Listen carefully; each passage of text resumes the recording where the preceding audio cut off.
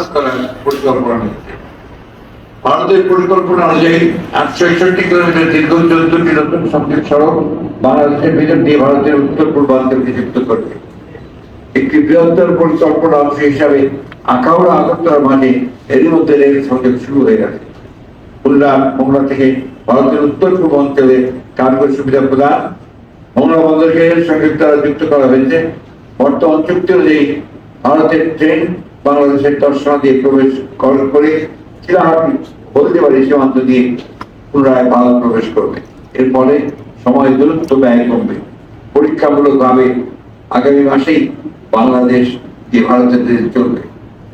ভারতীয় পররাষ্ট্র সচিব কর্তৃক চুক্তি সই করার পর মাসেই ট্রায়াল রান দেওয়ার প্রস্তুতি বোঝা যায় এসব টাকার অনেকগুলো পরিকল্পনা মাফিক হচ্ছে। ভারতের এই পরীক্ষামূলক প্রস্তাবের কথা শুনে 1975 সালে পরীক্ষামূলক ফারাক্কাবাদ চালুর কথা মনে পড়ে গেল।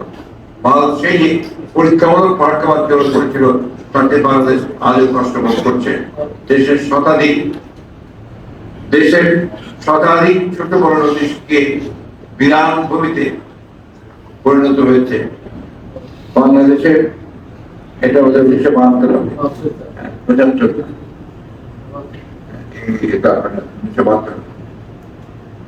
তাতে বাংলাদেশ আজও কষ্ট ভোগ করছে। দেশের শতাধিক ছোট বড় নদীকে বিরান ভূমিতে পরিণত হয়েছে। বাংলাদেশের স্বার্থ সুনিশ্চিত না করে ভারতকে রেল করিডোরের সুবিধা প্রদান, বস্তুত ইতিপূর্বে রেল স্তর, নৌ করিডোর, সামগ্রিক বন্দর ব্যবহারের চেয়ে আরো বিপজ্জনক আত্মসমর্পণ। এতে বাংলাদেশের কতটুকু লাভ হবে তা নিয়ে প্রশ্ন তুলেছেন অনেকে। স্বাধীন সার্বভৌম রাষ্ট্র হিসেবে আমাদের নিজস্ব স্বার্থ সুরক্ষার উপর সর্বোচ্চ জোর দিতে হবে। ভারতকে রেল ট্রানজিট সুবিধা দিতে হলে আন্তর্জাতিক মানদণ্ড অনুসারে ভারতের ন্যায্য হিস্সা নিশ্চিত করতে হবে। উদ্দেশ্যে জনগণের অর্থেই রেলের উন্নয়ন হয়েছে।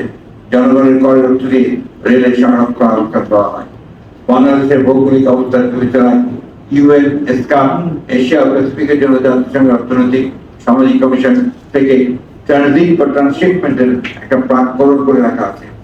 অর্থাৎ ট্রানজিটের বিনিময়ে বাংলাদেশ কি পাবে তা প্রাক্কলন করা হয়েছে। এক্ষেত্রে বাংলাদেশের এই মানদণ্ড অনুযায়ী চুক্তি দেওয়া উচিত। এই রেল করিডোর বাংলাদেশের বাণিজ্য বৃদ্ধিতে কোনো সহায়তা করবে না, বরং বাংলাদেশ দ্বিপাক্ষিক রেল যোগাযোগের বদলে নেপাল, ভুটান, বাংলাদেশ, ভারত চতুর্দেশীয় কানেক্টিভিটি সৃষ্টি করা গেলে তা বাংলাদেশের ট্রেড ক্রিয়েশনে অবদান রাখতে পারে। উল্লেখযোগ্য যে আঞ্চলিক বাণিজ্য সহায়তা বৃদ্ধির লক্ষ্যে রাষ্ট্রপতি তার গঠনের উদ্যোগ নিচ্ছে। বিদ্যমান অবকাঠামো উন্নতি না করে ভারতের ট্রেন চলাচল শুরু হলে যা বাংলাদেশের ধারণ ক্ষমতার চেয়ে বেশি ট্রেন চলাচল রেল যোগাযোগ ব্যবস্থায় বাড়তি চাপ তৈরির আশঙ্কা করছেন যোগাযোগ অবকাঠামো বিশেষজ্ঞরা। একজন সামরিক বিশেষজ্ঞ সম্প্রতি লিখেছেন, সর্বত্র বাংলাদেশের ভূমি ব্যবহার করে ভারতকে ট্রেন চলাচলের সুযোগ করে দিলে বাংলাদেশের নিরাপত্তা প্রতিরক্ষা ব্যবস্থা মারাত্মক হুমকির মুখে পড়তে পারে। এতে নাগরিক হিসাবে সকলের উদ্বিগ্ন হওয়ার যথেষ্ট কারণ আছে। করিডোরে আড়ালে তীরগাড়া করা ভারতীয় রেলবগিতে সশস্ত্র সামরিক সরঞ্জাম ঢুকলে অনেকেই এসব ভারতীয় রেলবগিগুলোকে গ্রিক মহাকাব্যের প্রধান হাস্যের সাথে তুলনা করতে পারে, যে কাকের হাসতেন পেটে পিঠ সৈন্যরা লুকিয়েছিল আর নিশিরাতে ঝাঁপিয়ে পড়ে ট্রয়নগরীকে ধ্বংস করেছে।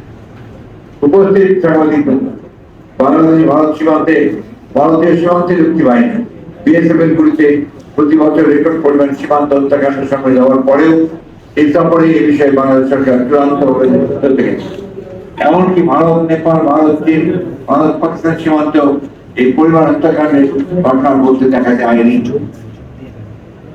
মানবাধিকার সংগঠন আইন সালিশ কেন্দ্রের তথ্য অনুযায়ী 2024 সালের জানুয়ারি থেকে মে মাসের শেষ পর্যন্ত অন্তত 11 জন বাংলাদেশ সীমান্ত হত্যাকাণ্ডের শিকার হয়েছে।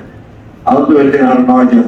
মানবাধিকার সংগঠন অধিকার মতে 2000 থেকে 2020 সালের মধ্যে ভারতীয় সীমান্ত বাহিনীগুলিতে কমপক্ষে 1234 বাংলাদেশি নিহত এবং 1145 জন আহত হয়েছে। এমনকি বিএসএফ গুলিতে বাংলাদেশ সীমান্ত রক্ষী বাহিনী, বিজেপির সদস্যরাও রেহাই পায়নি। শেখ হাসিনার সফরের মাত্র 3 দিনের মাথায় লালমনিরহাট সীমান্তে বাংলাদেশ সীমান্ত রক্ষী বাহিনী গুলিতে নুরুল ইসলাম নামে এক বাংলাদেশি নিহত হয়েছেন।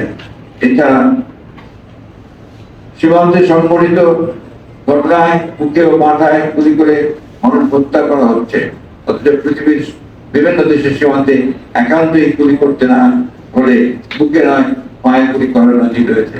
সম্প্রতি ভারতীয় পররাষ্ট্র সচিব বলেছেন, বিএসএফ কে নাকি আত্মরক্ষার জন্য গুলি করতে হয়, যা নিতান্তই হাস্যকর।